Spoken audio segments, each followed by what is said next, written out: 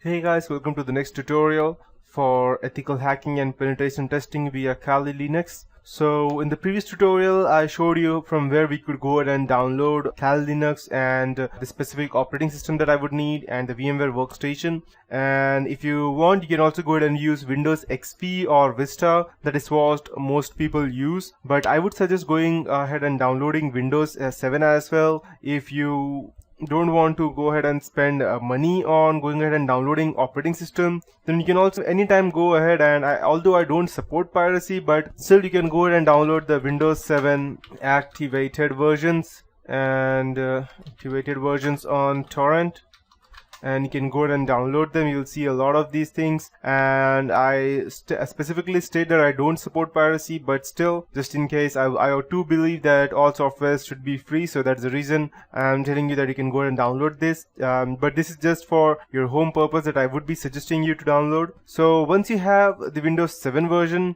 and you might be wondering that why I am not asking you to go ahead and download the Windows 8. The reason being that Windows 8 and 8.1, though I am using it in my computer, it has hell lot of bugs, trust me guys. And if you go and download that, then leave hacking behind. You just have to go ahead and go ahead and configure your operating system, that's Windows 8 or 8.1, to go ahead and solve its bug. You will just be sitting to solve this bug rather than going ahead and learning them, because that's what Windows 8.1 will do. So unless you know what you're doing, Windows 8 I won't suggest that, because it has a lot of bugs in its updates. So you need to be very careful when you are going ahead and downloading the updates for that.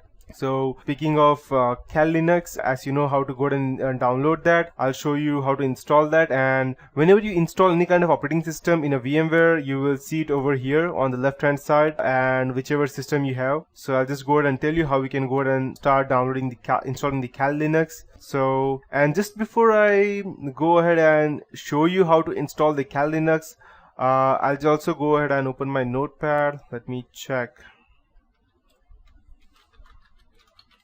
Okay, so there are a few different ways as to how we can go and install the Kali Linux. The first and the most important way would be, I'll just go and note it down, would be through VMware, and the second would be on a physical operating system, which would be the same. It would almost be the same as VMware,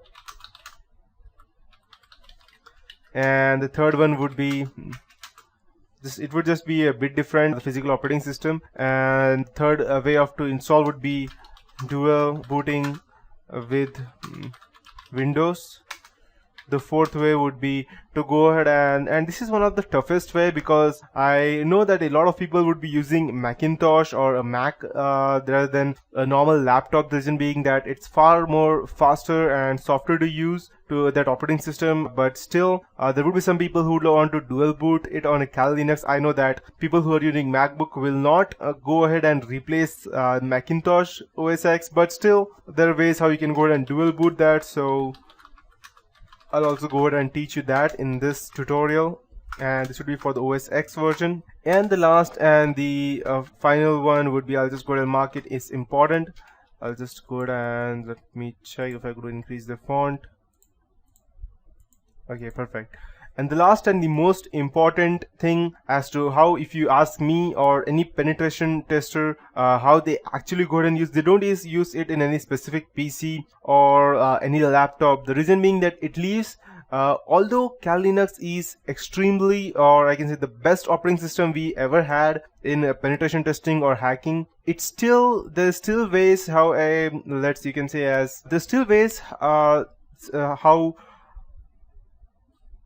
a forensic investigator can go ahead and trace it back to you. So that is the reason most people don't go ahead and install it physically, either VMware or any other thing. If you're using VMware, then I would suggest also going ahead and downloading the Whonix version, because that makes you almost anonymous. And just in case you don't know what Whonix is, I'll also go ahead and show you.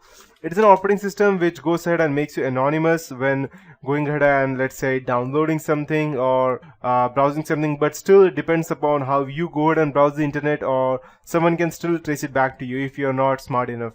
So, and I won't be teaching you how to install Whonix. It was just an example of that. So, but why go through all of this trouble when you can simply keep your physical operating system, Windows or Mac, the way you want it, and without interrupting anything, no VMware or spending money, no physical operating system, no dual booting, anything, there is still a way how we can go ahead and use Kali Linux, and that is called as Live USB or Live Kali. That's what it is known as.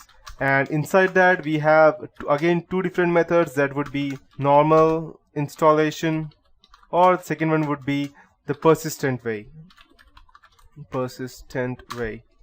And I would suggest going through the persistent way. The reason being that I won't tell it to you right now, but when I would be going ahead and teaching it to you, I will show you. And so coming back to the VMware, I'll just go ahead and show you how we can go ahead and install that. You just need to go ahead and click on the create new virtual machine, and we will be using the custom because we need to know exactly what we are doing. Next, it's a VMware Workstation 9. Perfect. So these are the limitations for this VMware Workstation 9. 64 GB memory, 8 processor limit, and 10 network adapter limit, and 2 TB hard disk size.